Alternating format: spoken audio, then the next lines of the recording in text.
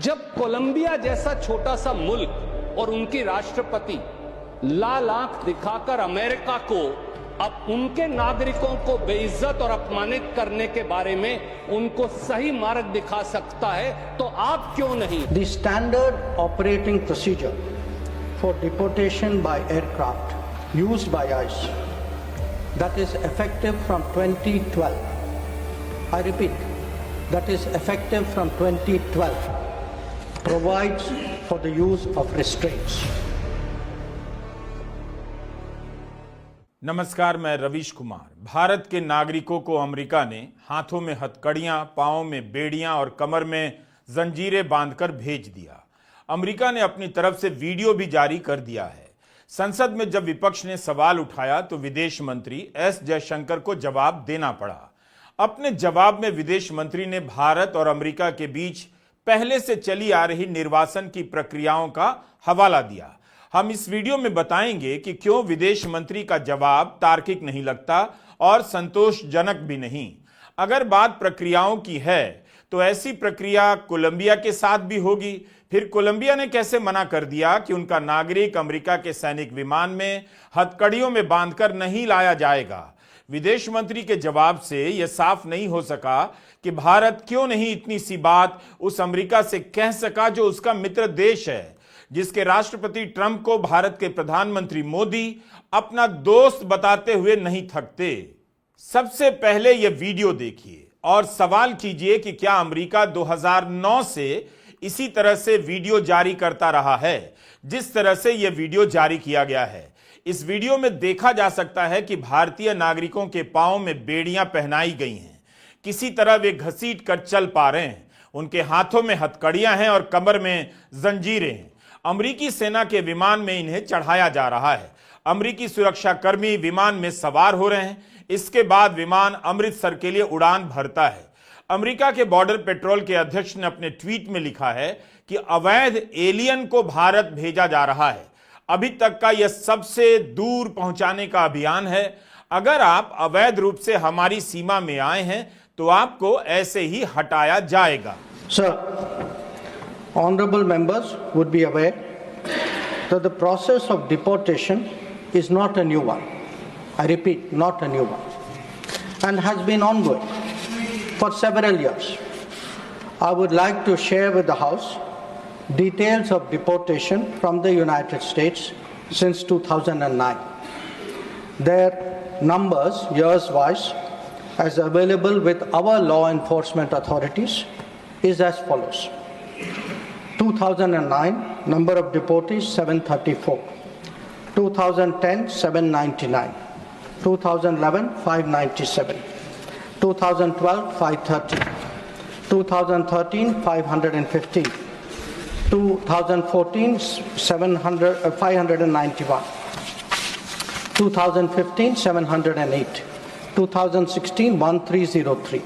2017, 1024. 2018, 1180. 2019, 2042. 2020, 1889. 2021, 805. 2022, 862. 2023, 617. 2024, 1368. 2025, 104. अफसोस कि विदेश मंत्री ने अपने लंबे चौड़े बयान में एक बार भी नहीं कहा कि हथकड़ियों और बेड़ियों में जकड़कर नहीं भेजना चाहिए था। भारत ने एक बार भी नहीं कहा कि अमेरिका ने गलत किया है। 2009 से लेकर 2025 का आंकड़ा देकर विदेश मंत्री का जवाब क्या आपको संतुष्ट कर पा रहा है? यह सही है कि अमेरिका 13 साल से अपनी जमीन पर रहने वाले अवैध भारतीयों को वापस भेजता रहा है, लेकिन इस बार ट्रंप के आने से अवैध प्रवासियों का भेजना केवल सामान्य प्रक्रिया का हिस्सा नहीं है। I will declare a national emergency at our southern border. अगर इतनी ही सामान्य प्रक्रिया थी, 2009 से चली आ रही थी, तो विदेश मंत्री एस जयशंकर 20 जनवरी को ट्रंप की इस बात पर उठकर ताली बजा देते, मगर कुर्सी पर बैठे रह गए जब ट्रंप कहते हैं सीमाओं पर आपातकाल घोषित कर दिया गया है और अब अमेरिका में जो भी अवैध रूप से रहता हुआ पाया जाएगा उसे वापस उसके देश भेज दिया जाएगा। जाहिर है ट्रंप के इस ऐलान में इस बार कुछ अलग था। यह सामान्य प्रक्रिया के तहत दिया गया बयान नहीं था। ट्रंप अपने चुनाव में इन्हें अपराधी और एलियन कहते रहे हैं। विदेश मंत्री ने 2009 का आंकड़ा देकर इस कतार में यूपीए सरकार को भी बिना कहे खड़ा कर दिया। लेकिन इससे मोदी सरकार के समय इस तरह से की जा रही वापसी को लेकर पूरा जवाब नहीं मिलता है। जैसे इसका जवाब नहीं मिलता कि क्या इसी तरह से यानी 2009 से भारतीयों को हथकड़ी पहनाकर, बेड़ी पहनाकर भारत भेजता रहा है। क्या इसी तरह से अमेरिका भारत भेजने के बाद वीडियो ट्वीट करता रहा है और भारत का नाम लेकर एलियन लिखता रहा है? अगर ऐसा होता तो विदेश मंत्री पहले का ऐसा उदाहरण वीडियो जरूर साझा कर देते। अवैध प्रवासियों को निकालने के ट्रंप के अभियान को यहीं तक सीमित नहीं किया जा सकता। देखना चाहिए कि इसके बदले में मेक्सिको, कोलंबिया, ग्वाटेमाला से ट्रंप और क्या कीमत वसूलना चाहते हैं। और अमेरिका इन देशों को अपना मोहरा समझता है। अपनी विस्तारवादी नीतियों का एक छोटा सा प्यादा वह इन देशों को आए दिन ललकारता रहता है, धमकाता रहता है। क्या अब वह उसी कतार में भारत को भी खड़ा कर रहा है? विदेश मंत्री को बताना चाहिए कि अमेरिका इसके पहले भी मेक्सिको से आए लोगों को वापस भेजता रहा है, लेकिन क्या इस तरह से वीडियो जारी करता रहा है कि उन्हें बेड़ियां, हथकड़ियां पहनाई गई हैं और वापस किया जा रहा है। बात केवल अवैध नागरिकों को वापस भेजने की नहीं है, इतना भी भोला बनने की जरूरत नहीं। मौजूदा विषय जो विदेश मंत्री जी ने उठाया, आज राजनीति से ऊपर उठकर भारत मां का सीना 140 करोड़ भारतीयों का सीना छलनी है। सपने जमी पर, हाथ में हथकड़ी, पांव में जंजीर, स्वाभिमान जो है वो धूमिल होता हुआ। सर, 4 सिंपल क्लैरिफिकेशन माननीय विदेश मंत्री जी से हैं। पहली, क्या सरकार जानती है कि 5 फरवरी को 104 भारतीयों को हाथ में हथकड़ी और पांव में जंजीरें लगाकर, जहां 19 महिलाएं भी शामिल थी, 40 घंटे की यात्रा जिसमें एक टॉयलेट, इस अमानवीय तरीके से उनको जबरन भारत भेजा गया और सरकार चुप्पी साधे रही? क्या सरकार जानती है कि 7,25,000 ऐसे भारतीय हैं जिनको अमेरिका इसी प्रकार से वहां से निकालने की तैयारी कर रहा है? क्या यह व्यवहार एक आतंकवादी या उग्रवादी का व्यवहार है भारतीयों से, या एक मानवीय व्यवहार है? इस पर क्या सरकार टिप्पणी करेगी? दूसरी क्लैरिफिकेशन, सर, कितने हजार और भारतीय हैं? हमने वो तो देखे जो हथकड़ी और जंजीरों में बनकर आए, हमारे भाई बहन और बच्चे, पर कितने हजार ऐसे भारतीय हैं 7,25,000 में से जिन्हें अमेरिका ने डिटेंशन सेंटर में इसी अमानवीय तरीके से बंद कर रखा है? और उनके क्या हालात हैं और क्या उनको आपने काउंसलर एक्सेस दिया है? भारत के नागरिकों को पहले से भेजा जाता रहा है। विदेश मंत्री ने संख्या बताकर, साल बताकर साबित कर दिया, लेकिन यह साबित नहीं कर पाए कि हथकड़ी और बेड़ी में बांधकर पहले से भेजा जाता रहा है। अगर यह इतनी ही सामान्य प्रक्रिया है, दोनों देशों के बीच समझदारी से हो रही है, दुनिया भर में मान्य प्रक्रिया है, तो वो नहीं बता पाए विदेश मंत्री कि फिर कोलंबिया ने कैसे मना कर दिया, ब्राजील ने कैसे आपत्ति दर्ज की, मेक्सिको ने कैसे लैंड करने की अनुमति देने से इनकार कर दिया। मेक्सिको के मना करने के बाद अमेरिका अभी तक मेक्सिको के नागरिकों को वापस नहीं भेज पाया है। The standard operating procedure for deportation by aircraft used by ICE that is effective from 2012. I repeat, that is effective from 2012 provides for the use of restraints. However, we have been informed by ICE that women and children are not restrained. Further, the needs of deportees, including during transit, related to food and other necessities, including possible medical emergencies, are attended to. During toilet breaks, deportees are temporarily unrestrained if needed in that regard. This is applicable to chartered civilian aircraft as well as military aircraft. There has been no change, I repeat, no change from past procedure for the flight undertaken by the US on 5 February 2025. विदेश मंत्री के बयान के हिसाब से देखा जाए तो मोदी काल में अब तक अमेरिका ने 12,442 भारतीय वापस भेजे हैं। इससे यही पता चलता है कि 2014 के बाद से वापस भेजने वालों की संख्या बढ़ती जा रही है और तब सवाल उठता है कि भारत ने अपने स्तर पर इन 10 वर्षों में अवैध माइग्रेशन के नेटवर्क को ध्वस्त करने के लिए क्या किया, क्यों नहीं ध्वस्त किया जा सका। आप चालाकी से बाइडेन और ट्रंप के समय भेजे जाने वालों को एक ही टोकरी में, एक ही कैटेगरी में नहीं डाल सकते। दोनों के समय नागरिकों के भेजने का राजनीतिक अर्थ और परिदृश्य, संदर्भ, माहौल बिल्कुल अलग है। ट्रंप इस बार खुलकर कई देशों को अपमानित कर रहे हैं। विदेश मंत्री एस जयशंकर को बताना चाहिए कि भारतीयों को इस तरह से भेजना कैसे उन देशों के साथ किए जा रहे अपमान से अलग है। प्रधानमंत्री मोदी के विदेश मंत्री का जवाब आपने सुना। कोलंबिया के राष्ट्रपति गुस्तावो पेट्रो के जवाब के बारे में हमने अपने पहले वीडियो में बताया था, एक बार फिर से बता रहा हूं। राष्ट्रपति गुस्तावो पेट्रो ने सार्वजनिक रूप से कहा, माइग्रेशन करना अवैध नहीं होता, वे अपने नागरिकों का स्वागत करेंगे। अमेरिका के विमान को उन्होंने रोक दिया, अपना विमान भेजा और नागरिकों को बुलाया। कोलंबिया के नागरिक जब अपने देश की धरती पर उतर रहे थे तो उनके हाथों में हथकड़ियां और पांवों में बेड़ियां नहीं थीं, बल्कि तस्वीरें ली गईं और पूरे देश को दिखाई गईं। मगर भारत ने मोदी समर्थक दलील दे रहे हैं, आपने अमेरिका में अपराध किया है तो अमेरिका एक्शन लेगा। अच्छा हुआ कोलंबिया के राष्ट्रपति ने आईटी सेल और मोदी समर्थकों से नहीं पूछा क्या करना चाहिए, अपने विवेक से काम लिया। कोलंबिया और अमेरिका के बीच तनातनी चलती रहती है। अमेरिका कोलंबिया को अपना कस्बा समझ लेता है, लेकिन भारत के साथ उसके संबंध अच्छे रहे हैं। उसने भारत के साथ वही बर्ताव क्यों किया जो वह कोलंबिया के साथ करना चाहता था मगर नहीं कर सका।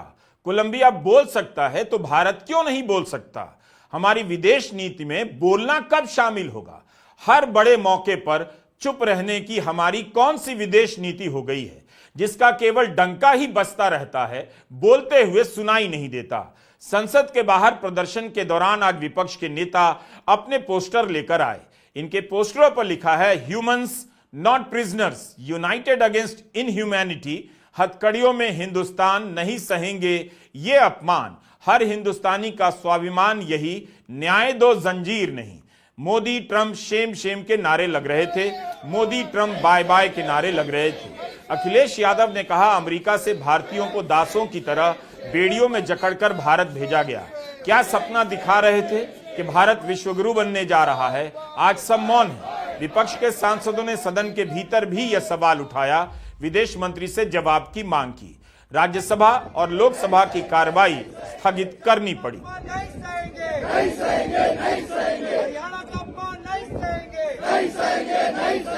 Sir, the House would also share the view of the government that it is in our collective interest to encourage legal mobility and discourage illegal movement.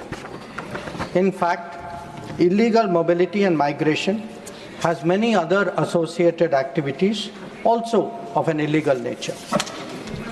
Moreover, those of our citizens who have been inveigled into illegal movement themselves become prey to other crimes. They are trapped into both moving and working under inhumane conditions. खुद कह रहे हैं विदेश मंत्री कि अवैध network काम करता है और इस अवैध नेटवर्क की जाल में लोग फंसते हैं, वे भी अपराध के लिए इस्तेमाल होते हैं। विदेश मंत्री कह रहे हैं, लेकिन बताना चाहिए कि 10 साल में यह इतना क्यों बढ़ा।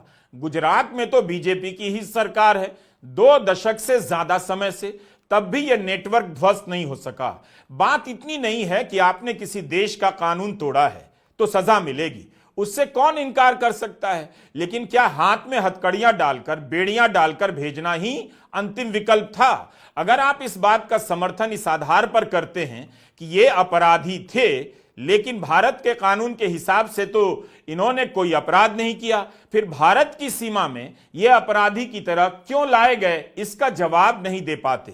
पंजाब के एनआरआई मंत्री ने पंजाब के 30 युवाओं का एयरपोर्ट पर स्वागत किया, भरोसा दिलाया कि सरकार मदद करने का प्रयास करेगी। किसी भी सरकार को यही करना चाहिए था जो भगवंत सिंह मान ने किया। इन युवाओं को भरोसा दिलाना उनका काम है, क्योंकि राज्य की नीतियों की असफलता के कारण ही ये नौजवान मजबूर होते हैं अपना राज्य छोड़कर दूसरे देश में जाने और बसने के लिए। हमारा सवाल है कि पंजाब के एनआरआई मंत्री अपने राज्य के लोगों के लिए गए थे, तो क्या यहां गुजरात और हरियाणा के मंत्री को नहीं होना चाहिए था? क्या गुजरात और हरियाणा के भी मंत्री गए थे? जबकि इन दोनों राज्यों के सबसे अधिक यानी 33 लोग वापस भेजे गए हैं। मीडिया रिपोर्ट के अनुसार हरियाणा ने तो अपने लोगों को लाने के लिए कैदियों वाला वैन भेज दिया, जबकि उन्होंने कोई अपराध नहीं किया है। पंजाब के एनआरआई मंत्री कुलदीप सिंह धालीवाल ने बयान दिया है कि नरेंद्र मोदी को अपने मित्र ट्रंप से बात करके इस मसले का हल निकालना चाहिए। बस मेरी गल नूं ध्यान नाल सुनो कि देश के प्रधानमंत्री नरेंद्र मोदी नूं इस टाइम ते अपने मित्र दे नाल अमेरिका के राष्ट्रपति ट्रंप जी दे नाल गल करके बैठ के इस मसले का हल करना चाहिए। और जेड़े भारतीयों के उत्ते इस वेले डेपुटेशन ते जां जेलों का डर उन्हां दी ढाल बनना चाहिए ते मसले का हल करना चाहिए। जो लोग आए हैं उनके साथ भारत की सरकार को खड़ा दिखना चाहिए था, कम से कम इतना तो कर सकते थे। विदेश मंत्री के बयान में ऐसा कुछ भी आश्वासन नजर नहीं आया, उनके लिए सांत्वना के शब्द भी नहीं थे। लगता है सरकार और उसके समर्थक इन्हें अपराधी की कैटेगरी में ही देखते रहना चाहते हैं। अगली बार से भारत सरकार को एक काम करना चाहिए, जब प्रधानमंत्री मोदी के लिए भारतीयों को मोदी मोदी करने के लिए बुलाया जाए विदेश की धरती पर, तो चेक कर लिया जाए कि इनमें से कोई अवैध रूप से अमेरिका में तो नहीं रह रहा। अगर ये अमेरिका के अपराधी हैं तो इन्हें अपराध की दुनिया में किसने धकेला, सरकार को इसका जवाब अच्छी तरह से मालूम है।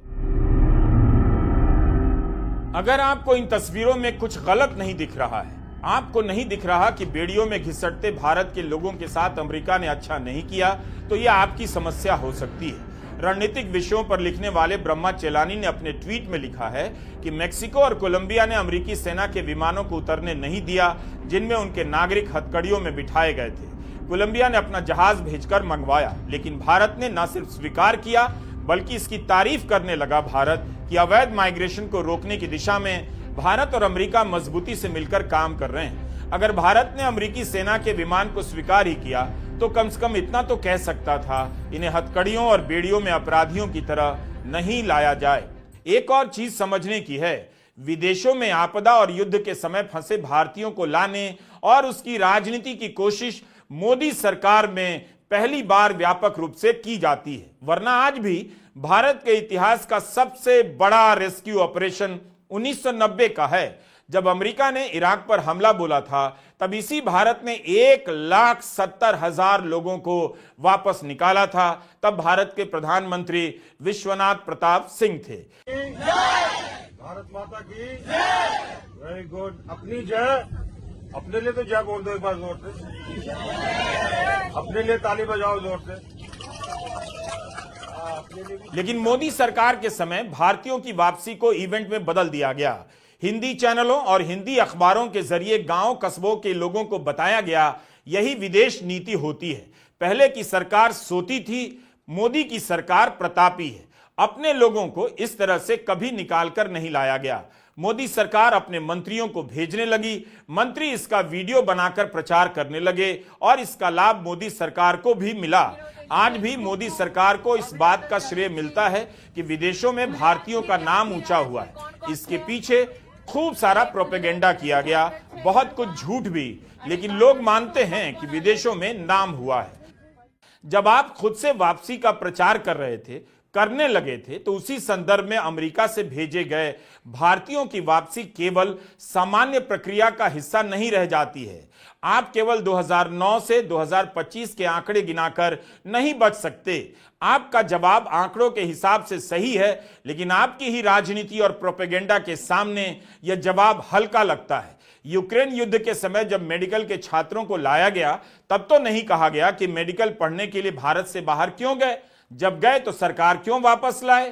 कैसी भी सिचुएशन हो, मोदी जी हमें घर ले आएंगे। वॉर रुकवा दी पापा। और फिर हमारी यूक्रेन युद्ध के समय विदेश नीति का डंका बजवाया जा रहा था। बीजेपी ने बकायदा विज्ञापन बनाया, मोदी जी ने वॉर रुकवा दी पापा। तो लोग सवाल पूछेंगे, जो युद्ध आज तक नहीं रुका, उस युद्ध को रुकवाने का झूठा विज्ञापन बनाने वाली बीजेपी ने कैसे यह स्लोगन रचा कि मोदी जी ने वॉर रुकवा दी पापा। जाहिर है लोग पूछेंगे कि वॉर रुकवाने वाले पापा के देश के नागरिकों को हथकड़ियों और बेड़ियों में लाया जा रहा है। क्या शर्म नहीं आती इस तरह की तस्वीर पर? इस बार मोदी समर्थक तर्क गढ़ रहे हैं कि आपने अमेरिका का कानून तोड़ा है तो कार्रवाई होगी। लेकिन यही लोग तब चुप रह गए जब राहुल गांधी हरियाणा के चुनाव में इसकी चर्चा कर रहे थे कि मोदी सरकार की असफल नीतियों के कारण, गलत औद्योगिक नीतियों के कारण युवा डंकी रूट से अमेरिका में अवैध नागरिक बनने के लिए मजबूर हैं, उनकी हालत खराब है। तब किस विदेश मंत्री ने बयान दिया और किसने इसे शर्म के रूप में स्वीकार किया कि राहुल गांधी जो कह रहे हैं सही है, सरकार को कुछ करना चाहिए। हरियाणा में अगर युवा रोजगार चाहे नहीं पा सकता है उसके लिए एक ही रास्ता है, अमेरिका। उधर नरेंद्र मोदी जी के दोस्त ट्रंप साहब वो भी रास्ता बंद करने की कोशिश कर रहे हैं। मोदी जी गले लगते हैं उनसे, और उनका भाषण सुनोगे तो कहते हैं मैं किसी को अमेरिका में अंदर नहीं आने दूंगा। मतलब हरियाणा के लोग यहां से जान बचाकर जा रहे हैं और वहां नरेंद्र मोदी का दोस्त कह रहा है, जिससे वो गले लगते हैं, कह रहा है मैं इनको अंदर आने नहीं दूंगा। ठीक है, मोदी की विदेश नीति की सफलता के फर्जी किस्से गढ़ने वालों को भी समझ नहीं आ रहा कि इस पर क्या कहें। केवल भेजा नहीं है बल्कि अवैध एलियन कहकर भेजा है। भारत के लोगों को अमेरिका इस नाम से पुकार रहा है। दुनिया में विश्व गुरु बनने की चाह रखने वाले भारत के प्रधानमंत्री, आरएसएस, बीजेपी का तंत्र इस शर्मनाक दृश्य पर चुप है, किसी से बोला नहीं जा रहा है।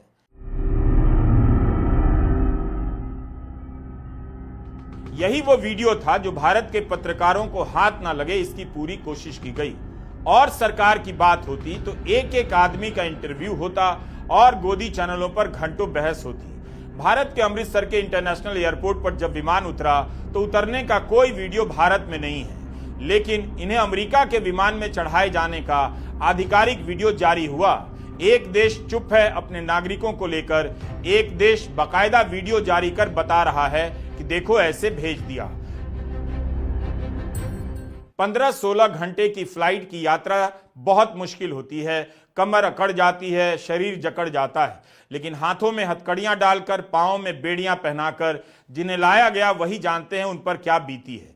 गुरदासपुर के जसपाल सिंह ने कहा 24 जनवरी को उनकी गिरफ्तारी हुई, तब से लेकर अमृतसर एयरपोर्ट पर उनके उतरने तक हथकड़ी नहीं खोली गई। कई दिन से लोग इस तरह हथकड़ियों में बंधे रहे। इंडियन एक्सप्रेस से होशियारपुर के हरविंदर सिंह ने कहा है 40 घंटे तक वे इसी हालत में रहे, पैरों में बेड़ियां थीं और अपनी सीट से 1 इंच भी हिलने नहीं दिया गया। बहुत विनती करने पर खुद को घसीट कर टॉयलेट तक जाने की अनुमति मिली। क्रू दरवाजा खोल देता था, फिर हम अंदर जाते थे। हम 40 घंटे तक ठीक से कुछ खा भी नहीं पाए। उन्होंने कहा कि हथकड़ी पहने हुए ही खाना खाओ। हमने बहुत विनती की कि कुछ मिनटों के लिए ही हमारे हाथ पांव खोल दो, पर नहीं खोले। एक क्रू मेंबर ने हम पर दया खाई और कुछ फल दिए। हम सिर्फ शारीरिक रूप से ही दर्द में नहीं थे, मानसिक तौर पर यह यात्रा बहुत तनावपूर्ण थी। इस यात्री का विवरण और राज्यसभा में विदेश मंत्री का जवाब, दोनों में आपको अंतर नजर आएगा।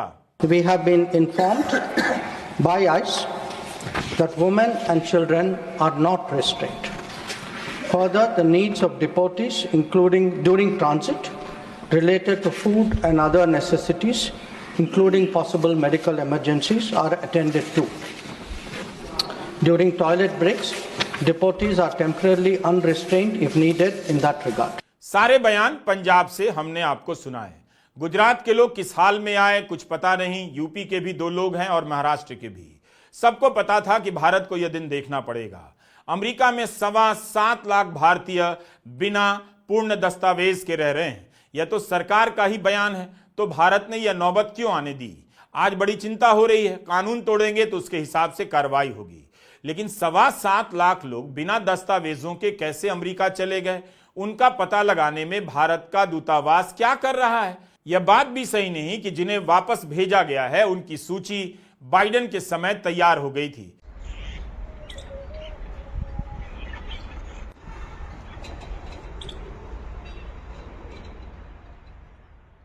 पंजाब के गांवों को हकीकत पता है। कपूरथला के 6 नौजवान अमेरिका से वापस आए हैं। पंजाब की खेती से कमाई नहीं होती, यह सच पंजाब को दशकों से मालूम है। पंजाब के किसान जब मांग करते हैं न्यूनतम समर्थन मूल्य बढ़ाइए तो उन्हें लाठी डंडों से पीटा जाता है। आखिर किसान क्या करे? मजबूर होकर वह अपने बेटों के लिए डंकी रूट का खतरनाक रास्ता चुनता है। रास्ते में न जाने कितने नौजवान मर जाते हैं। डंकी रूट पर चलने वालों में गुजरात, पंजाब के नौजवान ज्यादा हुआ करते थे, अब हरियाणा भी शामिल है। यह रास्ता उन्हीं में से एक नौजवान जसकरण के घर की तरफ जाता होगा। जसकरण की मां अब देख नहीं सकती। जसकरण के पिता का कहना है कि लाखों रुपए लोन लेकर अमेरिका भेजा, इस उम्मीद में कि अमेरिका से कमाकर भेजेगा, कर्जा उतर जाएगा और इस इकलौते छोटे भाई की 4 बड़ी बहनों की शादी हो जाएगी।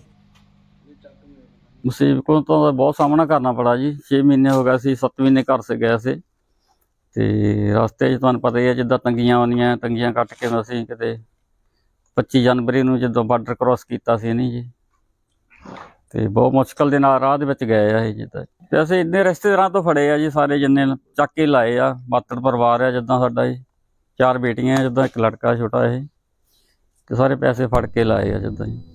45 ਲੱਖ ਰੁਪਏ ਲੱਗ ਗਿਆ ਜੀ। ਮੁਸ਼ਕਲਾਂ ਦਾ ਸਾਹਮਣਾ ਤਾਂ ਬਹੁਤ ਕਰਨਾ ਪੜਾ ਜੀ। ਤੇ ਪੈਸਿਆਂ ਦਾ ਅਰੇਂਜਮੈਂਟ ਅਸੀਂ ਕੀਤਾ। ਫਿਰ ਰਸਤੇ ਵਿੱਚ ਜਿੱਦਾਂ ਦੁਬਈ ਪਹਿਲਾਂ 2-2.5 ਮਹੀਨੇ ਦੁਬਈ ਰਿਹਾ ਪਹਿਲਾਂ, ਫਿਰ ਰਾਹ ਦੇ ਵਿੱਚ ਤਾਂ ਕਈਆਂ ਮੁਲਕਾਂ ਵਿੱਚ ਹੀ ਲਗਾਇਆ ਹੌਲੀ ਹੌਲੀ ਕਰਕੇ ਜੀ। ਗੌਰਮੈਂਟ ਤੇ ਇਹ ਡਿਮਾਂਡ ਹੈ ਜੀ, ਚਲੋ ਬਾਂਹ ਫੜਨੀ ਚਾਹੀਦੀ ਹੈ, ਮਾੜਾ ਮੋਟਾ हेल्प करनी चाहिए है। पंजाब और गुजरात से लोग इसलिए जाते हैं क्योंकि पहले से इन राज्यों के लोग वहां होते हैं, उनके रिश्तेदार होते हैं। अमेरिका में पकड़े जाने पर वही उनकी जमानत करा लेते हैं और फिर सस्ते मजदूर के रूप में काम करने लग जाते हैं। अगर अमेरिकी सेना का विमान अहमदाबाद पर उतरता एयरपोर्ट पर, तो उसी के साथ गुजरात मॉडल की बनाई झूठी कहानी का पर्दाफाश भी हो जाता। कोई बताए कि विकास के मॉडल वाले इस राज्य के गांधीनगर से, जो उसकी राजधानी है, 12 नौजवान क्यों अवैध रास्ते से अमेरिका जाने के लिए मजबूर हुए। गुजरात सरकार तब क्या कर रही थी? 12 नौजवान मेहसाणा जिले से हैं। गुजरात समाचार ने इन सबके नाम प्रकाशित किए हैं। जयवीर सिंह विहोल, हिरल वटसमा, केतुल कुमार पटेल, निकिता पटेल, किरण पटेल, हेमंत सिंह गोहिल, हेमल गोस्वामी, हार्दिक गिरी गोस्वामी, अरुण झाला, खुशबू पटेल, स्मित पटेल, ईशा पटेल, एनी पटेल, मंत्रा पटेल, मायरा पटेल, ऋषिता पटेल, करण सिंह नेतुजी, मीतल गोहिल, ध्रुवगिरी गोस्वामी, हेमानी गोस्वामी, एंजल झाला, माही झाला, जिग्नेश कुमार झाला, राजपूत वालाजी, केतुल कुमार दर्जी, प्रक्षा प्रजापति, जिग्नेश कुमार चौधरी, रुचि चौधरी, पिंटू कुमार प्रजापति, शिव गोस्वामी, जीवन जी गोहिल, जयेश रामी और बीना रामी। अगर भारत और अमेरिका के बीच निर्वासन, डिपोर्टेशन की प्रक्रिया पहले से चली आ रही है, उसमें कोई शर्म की बात नहीं, तो विदेश मंत्री को बताना चाहिए कि गुजरात के 33 लोगों को लाने के लिए क्या गुजरात का कोई मंत्री गया था? क्या नहीं जाना चाहिए था? आप किसी भी तरह से देखिए, भारतीयों के भेजे जाने की यह तस्वीर शर्मनाक है। डॉलर की राजनीति का जो हाल हुआ, वही हाल अवैध नागरिकों की वापसी का हो रहा लगता है। कभी डॉलर के मजबूत होने को लेकर देश की प्रतिष्ठा गिरने से जोड़ा जाता था। जब $1 87 रुपए के नीचे गया तो चुप्पी साध ली गई, इधर उधर की बातों से सही ठहराया जाने लगा है। वही काम इस बार भी किया जा रहा है। नमस्कार, मैं रवीश कुमार।